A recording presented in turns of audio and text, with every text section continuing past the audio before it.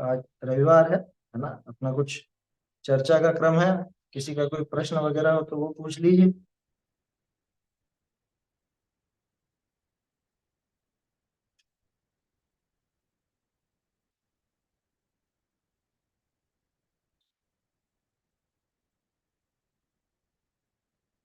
चलिए, कोई प्रश्न नहीं है तो फिर मैं पूछता हूँ। हाँ, तद्भुतपत्ति कोई और प्रश्न है? हाँ, दूसरा किसका? बोलिए। तद्भुतपत्ति और अन्यथा अनुपपत्ति, ये हम्म। दोनों है। ये तो सेम ही है ना, उसमें थोड़ा डिफरेंस आते हैं, साध्य से साधन और साधन से साध्य, इतना ही डिफरेंस है उसमें। देखिए, तथोपपत्ति यानी उस प्रकार से उपपत्ति होना, यानी उस प्रकार से वो वस्तु की सिद्धि होना, है ना। उपपत्ति शब्द के कई अर्थ होते हैं। उत्पत्ति को भी उपपत्ति कहा जाता है, प्राप्ति को भी उपपत्ति कहा जाता है। तथोपपत्ति का अर्थ सीधा सा यह है कि ये काम इस तरह से होगा, इस तरह से ही होगा, यह है तथोपपत्ति। और इसी को दूसरे रूप में अपन देखते हैं तो अन्यथा अनुपपत्ति, यानी कि अन्यथा नहीं होगा। न्याय के शब्द हैं, लेकिन काम आते हैं, अपने अध्यात्म में भी काम आता है। ये तथोपपत्ति, जैसे मोक्ष मार्ग की बात करें तो सम्यक दर्शन ज्ञान चारित्र से ही मोक्ष होगा, अन्य प्रकार से नहीं हो सकता, है ना। तो मोक्ष की सम्यक दर्शन ज्ञान चारित्र से तथोपपत्ति है ना। और अन्यथा अनुपपत्ति है, अन्यथा नहीं हो सकता, अन्य प्रकार से नहीं हो सकता। मोक्ष जाना है तो यही विधि है ना, इसी विधि से मोक्ष जाया जाता है, अन्य कोई विधि है ही नहीं। ये एक उदाहरण दिया मैंने, ऐसे और भी जगह लगा सकता है। न्याय में तो अलग अलग उदाहरण आते हैं। तो तथोपपत्ति और अन्यथा अनुपपत्ति कहने को एक ही है, एंगल अलग अलग है। इस तरह से ही होगा और अन्य प्रकार से नहीं होगा, है ना। जैसे अपन ने देखा था ना, इदमेव ईदृशम चैव तत्वम नान्यन्न चान्य था, 11वां श्लोक, निशंकित अंग का जो रत्नकरण जी में आता है। कि तत्व यही है और नहीं है, ऐसा ही है ना, अन्य प्रकार नहीं है, ऐसी सब बात आती। समझ में ही बात, माने यही है, अन्य नहीं, इसी प्रकार से है, अन्य प्रकार से नहीं। तो बात तो एक ही है, सिद्धि उसी की हो रही है, बस एक में इसका पोषण है और दूसरे में अन्य का खंडन। ऐसा वहां समझ लीजिए, है ना। ठीक है, तथोपत्ति और अन्यथा अनुपत्ति। बोलिए। पंडित जी, हम्म। हमारा लड़का घर छोड़ के अलग रहने लगा है, पर 24 घंटे उसी की याद आती रहती है, तो कैसे मोह छोड़े, बहुत तकलीफ हो रही है मतलब। तो वो समझ नहीं आ रहा है, क्या इतना धर्म सुनते हैं पर मन नहीं समझा पाते। देखो, राग है ना ऐसा, राग है तो इसी वजह से दुख है। और अभी जैसे अपन ने भजन पढ़ा था, तो भजन से आपको समझ में आई होगी बात कि वास्तव में वो साथ हमेशा रहने वाले नहीं। आप यूं समझिए कि जब भवांतर होता तब तो अलग होते ही होते, वो भवांतर होने के पहले ही अलग हो गए। इसमें तो ये समता भाव का विचार करके ही शांति मिलेगी, है ना। इसमें आपके, अरे देखो, हमने ऐसा किया और ये हमको छोड़ के चले गए, या हमने इतना साथ दिया, ये हाँ, साथ नहीं रहे, हम जो भी अपन है। ने पाला पोसा है, वो भाव आता है अपन को बार बार। हाँ, वो आएगा वो भाव, लेकिन उस भाव से लाभ कुछ भी नहीं होगा। असलियत यही है, उस भाव से लाभ कुछ भी नहीं होगा। आप जितना जितना सोचोगे, जितना सोचोगे उतना आपको दुख होगा। कल चर्चा आएगी मोक्ष मार्ग प्रकाशक में, सारा उदयाधीन है कि आपके पूर्व कर्म का उदय ऐसा ही था कि इतने समय तक ही उसका संयोग रहना था उसके, और आपके ऐसे ही अघातिया कर्मों का उदय था। मतलब जितने समय तक साथ रहने का था तब तक आप उतने साथ रहे। अब उसके अगर बाद अपन ने पिछले जन्म जब में ऐसा अलग कुछ होने का, काम किया होगा पंडित जी कि अपन मतलब अपन ने किसी के साथ ऐसा किया होगा, इसलिए अपने साथ ऐसा हुआ, ऐसा माने। ऐसा कोई जरूरी नहीं है कि पिछले ही भाव का हो, तो इस भाव का भी हो सकता है ना। और किसी के साथ किया हो ये क्यों सोचते हो, क्योंकि ऐसा नियम लगाने लग जाओगे तो वो लंबी चेन चल जाएगी। किसी के साथ किया हो ऐसा कोई जरूरी नहीं है, लेकिन वो तरह तरह के भाव हैं, जीवों के वो भाव आ जाते हैं किसी भी तरह। आया समझ में, इसमें तब तो विचार अपन यही करना। इतना मोह क्यों हो जाता है, और सामने वाले को मोह नहीं रहता और अपन को मोह है, ऐसा ऐसा कैसे? ऐसा क्यों नहीं होगा, इससे ही तो सिद्धि होती है कि प्रत्येक जीव स्वतंत्र है। जो कुछ बाहर है सब पर है, सब पर है, आपके अधीन नहीं है। आप चाहोगे कि मेरे पास रहे, वो नहीं रहने वाला, कर्माधीन है, विनाशिक है। आया समझ? ये विचार करना पड़ेगा। देखो शांति तो ऐसे समता के विचार से ही आएगी, राग के विचार से या उसके प्रति द्वेष के विचार से समता आने वाली नहीं, शांति आने वाली नहीं। ये अभी अपन ने जो भजन पढ़ा ना, इसमें देखो जी ये जी। सारी बात नहीं तो आई थी, है ना? और आप बोलते हो, जहां देह अपनी नहीं तहां न अपनो कोय, घर संपत्ति पर प्रकट ये, पर है परिजन लोय। सिद्ध हो गया ना, जो अपने परिजन है, परिवारजन है, ये पराये ही। अपने साथ रहते हो तब तक हमको लगता है हमारे साथ रहते हो, तो वैसा लगता है कि हमारे हमारे कहे अनुसार रहेंगे और हम रखेंगे जैसा रहेंगे। अरे कोई जरूरी नहीं। मैं क्या कह रहा हूँ, अभी थोड़ी देर पहले जो बात की थी, वो बिल्कुल आपको प्रिय भी हो, आपका कहना भी मानता हो, आपके अनुसार भी चलता हो, और बिल्कुल जैसा आप धर्म साधन करते हो वैसा ही धर्म साधन करने वाला साधर्मी भी हो वो परिजन, लेकिन तो भी ये तो पराया है। वो पति ही क्यों ना हो अपना, पत्नी ही क्यों ना हो, भाई बहन, माता पिता, बच्चा बच्ची, कोई भी क्यों ना हो, भले कितना ही अनुकूल हो, लेकिन है वो पर, और उसका परिणमन उसके अनुसार होना है, हमारा परिणमन हमारे अनुसार। आया समझ? और उसमें अपन वो याद रखिए, 48 नंबर पेज पर आएगी बात। वे भिन्न द्रव्य, शुरुआती कहां से करें, वे भिन्न द्रव्य न्यारे हैं, और वे भिन्न द्रव्य अपने अधीन परिणमित होते हैं, या कर्मोदय का। भाई उनका परिणमन ऐसा हुआ, है ना, वो अलग रहने लगे, है?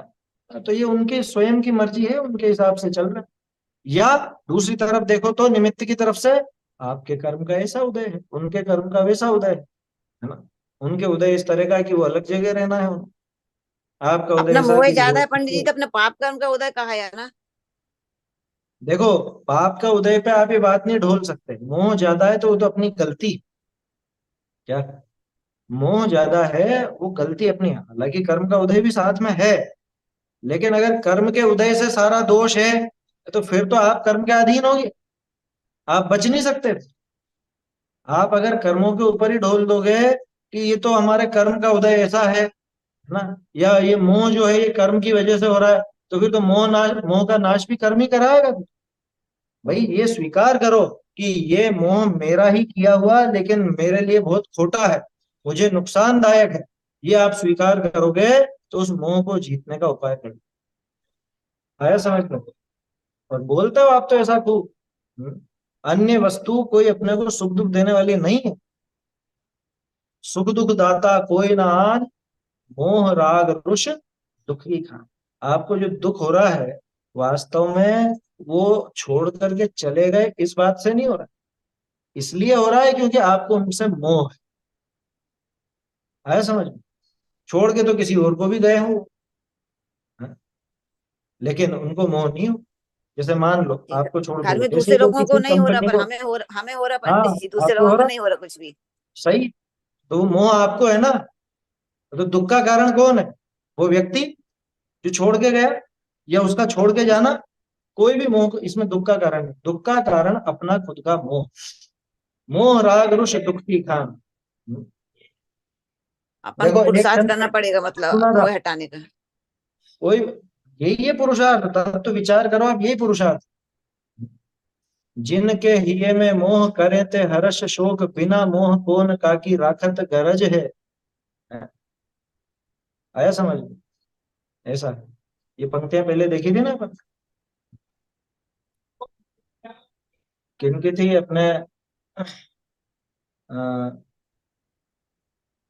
क्या नाम था, हाँ, मनमोदन पंचशती की पंक्तियां हैं, है ना, पहले भी सुनाई थी शायद आप। हरो जाऊ धन या बिछुर जाऊ परिजन, नसी जाऊ तन क्यों न मेरे क्या हरज है। ये तो कर्म उदय सारू, मिलत ओ बिछुरत, अनादि की रीति कछु नयो न मरज है।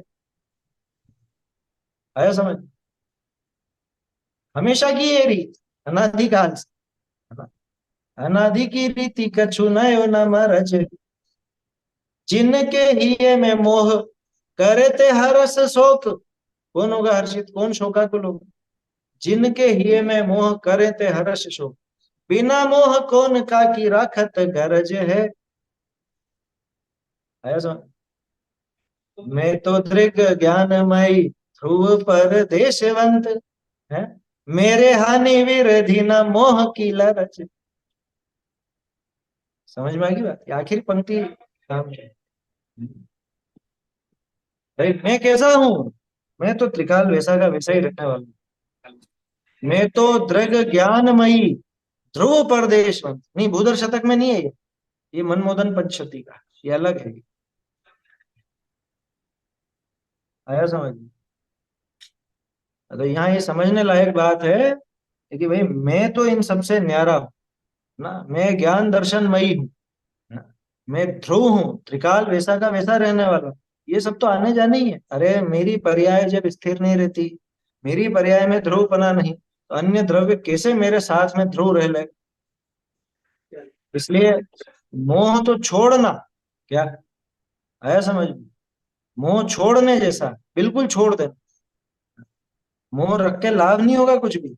आया समझ में? आपको लग रहा होगा ऐसे कैसे छोड़ दें, ऐसे कैसे छोड़, मत छोड़ो तो दुखी होते रहो। भाई उपाय यही है, उपाय तो यही है। आया समझ में? अच्छा और एक पर और जी चीज, छोड़ना चाहते हैं पर छूटता नहीं है का, तो बहुत कोशिश तत्व करते विचार हैं। करो आप, ये भजन पढ़ा ना अपन ने अभी, ऐसे ही जी तत्व विचार करो। तत्व ज्ञान ही उपाय है मोह छोड़ने का। मुंह छोड़ने का इसके अलावा और कोई उपाय नहीं है। वो आपके पास आगे रहने लग जाए कल से, फिर आप वापिस से, आकुलता दोनों तरफ है। उधर राग रूप आकुलता है, अभी द्वेष रूप आकुलता है। और अभी सुनो, मोह छोड़ने का उपाय द्वेष करना नहीं है, ये समझ लेना। अक्सर लोग क्या करते हैं, जिसके प्रति राग हो वो अब उससे मुंह छोड़ने के लिए उसके प्रति द्वेष करने लगते हैं। वैसा नहीं, अरे बहुत बुरे हैं, खोटे हैं, कोई परिवारजन साथ नहीं रहते हैं और ऐसा वैसा, ये विचार करोगे तो इससे भी दुखी हासिल होगा, इससे कोई सुखी नहीं हो जाओ। इसलिए ये विचार कीजिएगा गंभीरता से। तत्व विचार के बिना, इस तत्व ज्ञान के बिना और कोई भी इसमें काम आने वाला नहीं है ना। एकमात्र तत्व विचार ही इसमें आपको सहायक होगा। क्या? ये जो दुख हो रहा है, इस दुख से बचने में एकमात्र तत्व विचार ही सहायक है, पंडित जी और एक कोई लाइन तत्व। में क्या सोचे हैं अपन, जैसे मतलब जब भी अपन को तकलीफ हो तो अपन क्या सोचे हैं मतलब ये मैं इन उस सबसे नहीं आ टाइम रहा में? हूँ, ये मुझ में है ही नहीं। भावना, भावना भाए। ये बता दिया ना, ये मुझ में है ही नहीं, मैं इनसे न्यारा हूँ। ये सोचा, इतने में तो अपने आप शांति आ जाएगी। ये कहाँ हुआ है, मुझ में कुछ भी नहीं हुआ। आया समझ? एक लाइन में तो यही है, बाकी विस्तार की बात तो अपन ने कर ही दी है ना। भाई वैराग्य भावनाएं पढ़िए, वैराग्य चिंतन कीजिए, अपने स्वरूप का विचार कीजिए। आत्म स्वरूप को समझे बिना, उसका विचार किए बिना शांति आने वाली नहीं है ना। ऐसा है, ठीक है ना। तो उसमें आप समता भाव रखिए ना, किसी का ऐसा उनके प्रति द्वेष भी नहीं रखना, ठीक है उनकी मर्जी है, हाँ? ऐसा है। वो सारा आपने भजन भी देखते ही है भजन वगैरह में, धन धन पुत्र मित्र परिवार परिणति इनकी, इनके लाल, है ना। ऐसा समझ, चलिए ठीक है। क्या है?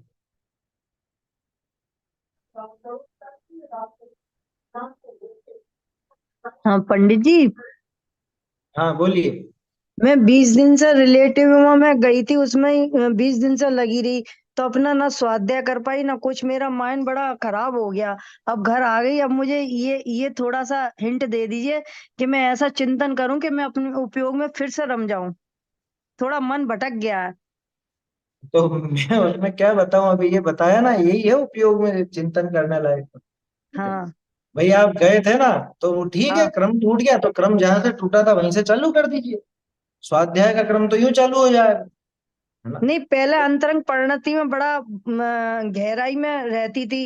अब ये ऐसे विचित्र विचित्र रिलेटिवों को देखने जाना पड़ा तो मन बड़ा वैसा हो गया। हाँ तो तो अब मैं मत जाना, क्या? हाँ अब हाँ ये सीख ले लेना, ऐसे हाँ विचित्र विचित्र रिलेटिव है ना, तो ऐसे हाँ। विचित्रों के पास नहीं जाना। अब नहीं जाऊंगी मैं, मैंने नियम ले लिया, पर मैं मन थोड़ा वैसा हो गया तो मैं ये चिंतन करूं क्या करूं, यही अब तो ये स्वाध्याय करूँ, हाँ, वही तत्व ना, वो चिंतन तो हो करूँ, गया, हो हाँ। गया, काम हो गया, हाँ। वो पर्याय हाँ। तो गई अब। क्या हाँ। हाँ। उसमें विचार करो, उसको पकड़ के बैठे रहोगे तो कुछ हाथ नहीं आने वाला। नहीं नहीं, उसको गीता ही पकड़ के बिसार तो दे, सब। आगे हाँ। की सुध ले, हाँ। ऐसा विचार करो। हाँ। आया समझ में? हाँ। वो आप पहले लाइन पर लगे हुए थे, और उसके बाद में वो खोटी पर्याय आई। अब उसका खेद भी आ रहा है, वो खेद भी चला जाएगा, वापस लाइन पर आ जाओगे, ठीक है ना? अब ठीक है। इसमें ये बताओ, अपना क्या बिगड़ा या क्या बदल गया? ये सारी पर्याय, अच्छी पर्याय बुरी पर्याय आई और चली गई, मैं तो वैसा का वैसा ही बना। है समझ में? हाँ। वैसा का वैसा भी नहीं, वही का वही। ऐसा का वैसा में तो पर्याय की समानता होती है, लेकिन हाँ। यहाँ पर्याय की समानता नहीं, मैं तो द्रव्य से वैसा का वैसा ही बना रहा, मुझ में कोई असर नहीं पड़ा। नहीं है। ये हाँ। उसमें विचार कीजिए, है ना? ठीक। और लग जाइए वापस से लाइन पे, उसमें क्या है? हाँ। भूल गए हाँ। थे पहले, वापस से। तो क्या बोलते हैं, वो सुबह का भूला शाम को घर आ जाए तो भूला नहीं कहते, वो हिसाब है। हाँ, सही है। बुरी बुरी से बुरी दशा में भी अपन होकर के आ जाते हैं, नरक निगोद में भी आ जाते हैं, वहां से आकर के अपना क्या बिगड़ा? चल, बोलिए। जय जिन पंडित जी। अभी दो दो चीज मुझे बोलनी है। एक तो क्वेश्चन पूछना है, और एक छोटा सा जो इन्होंने अभी पूछा था ना, भाभी जी ने जो भी क्वेश्चन बोल आपसे पूछा था, उसी का जस्ट बता रही हूँ। एक बार मेरा भी ऐसा था कि मैं मंदिर नहीं जा पा रही थी, तो बहुत मन विचलित था। तो मैंने घेवरा मोड़ पे ना, यहाँ आत्मार्थी ट्रस्ट में दीदी से बोला। तो उन्होंने बोला कि तुम पाषाण की प्रतिमा के लिए अपने भगवान आत्मा का इतना निरादर क्यों कर रही हो? मतलब हम अपने लिए इतनी तुम अपने परिणाम खराब कर रही हो, वो भाई पाषाण की प्रतिमा के लिए। तो उस दिन से ना, अगर सुबह नहीं जा पाती तो शाम को चली जाती हूँ। लेकिन अब अपने को नहीं दुखी करना, मतलब हम अपने परिणाम खराब कर रहे हैं इतना राग देखो, करके। इसमें ऐसा है, वो उन्होंने समझाने के लिए जरूर कहा, लेकिन इसमें अपने को ध्यान रखना कि बनते प्रयास तो, बनती कोशिश तो अपने को सुबह का ही क्रम रखना चाहिए। हाँ, वो भाई कोई विनय है घर ना। में ना बेबी हो गया था, तो मैं जा नहीं पाई, तो हाँ, इतना मन वो दुखी एक अलग हुआ। किस्सा हो गया कि अपन नहीं जा पाए या कुछ भी ऐसा हुआ, है ना। बाकी वो जैसे पाषाण की प्रतिमा, वो आपको समझाने के लिए कहा, लेकिन जब भगवान के सामने देखो ना उनको, तो फिर भगवान ही देखना, पाषाण की प्रतिमा नहीं देखना। नहीं तो फिर वो विनय का भाव नहीं रह पाए। वो उन्होंने समझाने के लिए आपको कहा है हाँ। ऐसा, तो उनके प्रति अनादर का भाव नहीं हो, ये भी ध्यान रखना चाहिए। और कोशिश तो यही रहनी चाहिए कि भाई जैसे अपन अपने परिवार जनों को देखे बिना अपना मन विचलित हो जाता है, तो ऐसे ही जिनेंद्र भगवान के दर्शन ना हो तो थोड़ा वो विचार तो आएगा। हाँ, कोई ऐसी मजबूरी फंस जाए, अब नहीं जा पा रहे हैं, तो वो तो अपने हाथ की बात नहीं। जैसे कोरोना काल में कैद कर दिए गए थे अपन घरों में ही, तो उसमें क्या कर सकते हैं? वहां पे आकुल व्याकुल नहीं होना, उसके लिए थी वो बात, है ना। वहां अपने आत्म स्वरूप का विचार। और देखो एक और चीज, भगवान को देख करके जो काम करते हैं, वो काम अपन बिना देखे भी तो कर सकते हैं। अब इतना अभ्यास तो हो गया ना, तो करना चाहिए। मैं ये नहीं कह रहा हूँ कि दर्शन करना छोड़, लेकिन कभी ऐसा मौका फंस गए, कहीं पे फंस गए आप, या नहीं जा पा रहे हो, बीमार हो गए, पलंग पर ही हो, नहीं जा सकते उठकर, या पाबंदी लग गई, कर्फ्यू लग गया, कुछ भी हो गया, तो उसमें फिर अपन अपना तत्व विचार करें, चिंतन करें, मनन करें। जो काम वहां करते हैं वही काम यहाँ करें, ऐसा ना, हाँ, क्योंकि और एक बाहर में वो अपने हिसाब से नहीं होता। हाँ, और एक मुझे ये पूछा था, वो जो मंदिर में जो सामग्री होती है, क्या उसको हमें यूज करना चाहिए? कभी हम नहीं लेके गए तो, क्योंकि मेरे मन में ऐसा था कि वो तो किसी ने दान की है ना, तो हम्म। वो फिर हमारे लिए निर्माल्य हो जाएगा क्या? देखो, वो ऐसा है, उसमें कई जगह पे ऐसी व्यवस्था होती है कि जैसे मंदिर में पूजन की सामग्री सबकी एक साथ धुलती है, और सबकी वो पूजन की थालियां लगती है, ठीक है ना। तो वो तो एक सामूहिक व्यवस्था हो गई, और फिर बाकी सब लोग वो हर महीने का जो भी खर्चा रहता है, जितना भी लगता है, वो अपनी तरफ से पैसा दे देते हैं या वो वस्तु दे देते हैं, है ना। एक तरीका तो ये होता है। तो अब आप नहीं ले जा पाए, आप अपनी सामग्री नहीं ले जा पाए, देखो कायदे की बात तो यही है कि अपनी सामग्री अपन लेकर के जाओ और उससे अपन वो करो। मैंने जो व्यवस्था बताई वहां डेली वाली व्यवस्था की बात है कि डेली जा रहे हो तो डेली ले जाने की जगह आप इकट्ठा रख देते हो मंदिर में, और फिर वो काम में ले लेते हो, ठीक है ना। लेकिन आप जैसे कहीं दूसरी जगह को, दूसरी जगह जहाँ पे आपका नियमित जाना नहीं, और आप उससे जुड़े हुए भी नहीं हो, ऐसी जगह पर आप जाते हो, और वहां पे अगर आप सामग्री नहीं लेकर के जाते, तो वहां दूसरे की सामग्री लेकर के दर्शन नहीं करना। क्यों नहीं करना? क्योंकि उसकी व्यवस्था अपने हिसाब से नहीं थी, वो है जो ना। कटोरे में रखी होती है ना। नहीं नहीं, वो तो सिस्टम ही गलत है भाई। या तो फिर आप वहां पे आप रुपए चढ़ाओ वहां पे। रुपए तो वहाँ चढ़ाते हैं, लेकिन उसकी मतलब बहुत पहले मतलब जब वहां हम पे आप छठाना रसीद पढ़ रहे लगाओ। थे, हम्म। तो एक भैया जो पढ़ाते थे वो ये बोले कि जैसे अगर हमने 5 किलो दान दिया, तो हम अब वो नहीं यूज कर सकते, क्योंकि हमने मंदिर में वो दान के रूप में दी थी। तो अब आप 7 किलो करो, फिर ये सोच के कि वो जो 2 किलो मैंने एक्स्ट्रा दिया वो मैं सिर्फ उसमें से मैं यूज कर लूंगी, लेकिन ये 5 किलो तो मैंने दान दे दिया। पहले नहीं हम देखो, दे देते उसको हैं किस मंदिर में, हिसाब फिर से उसको यूज चढ़ाया कर गया, लेते हैं। उसको उसको यूं समझना।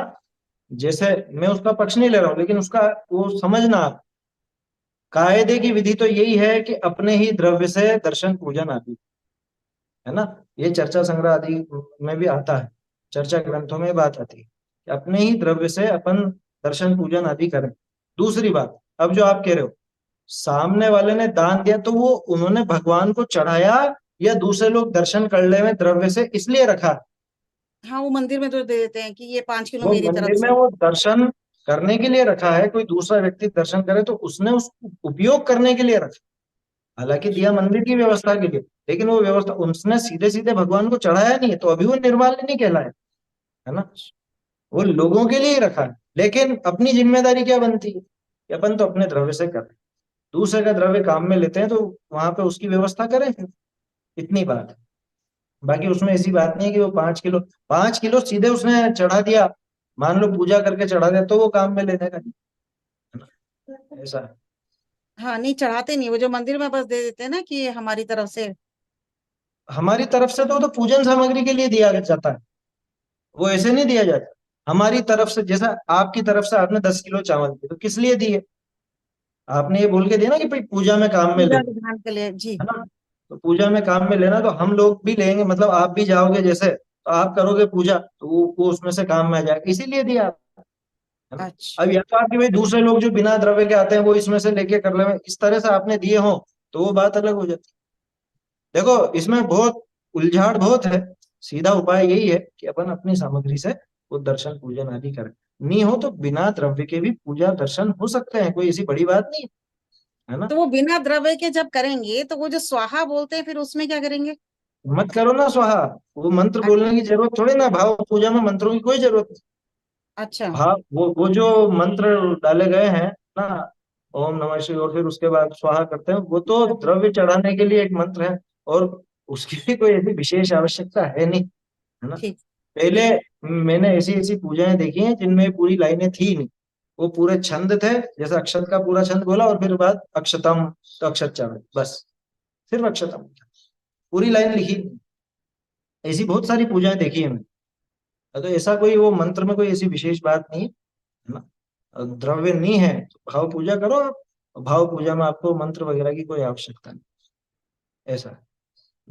चलिए, समय हो गया है अपना, ना अभी समाप्त करते हैं यहीं पर। आज तो क्वेश्चन आंसर। आज समय नहीं रहा ना, अगली बार देख लेंगे वो तो। एक जब समय बचे अपने पास उसके लिए है बात, है ना। आप तैयारी करके आए। चलिए, आगे फिर देखेंगे अगली बार। चैतन्य का स्मरण प्रतिक्षण ही करो रे, भव के अनंत दुख को क्षण में हरो रे। अक्षय अनंत निज सौख्य निधान पाओ, गाओ अरे नित इसी के गीत गाओ। निज निधि निज में बताई यह अनंत उपकार है, इसके लिए जिनवानी माँ को वंदना शत बार, वंदना शत बार। जिनवाणी माता की जय हो, जय हो, जय हो। सभी को सादर जय हिंद।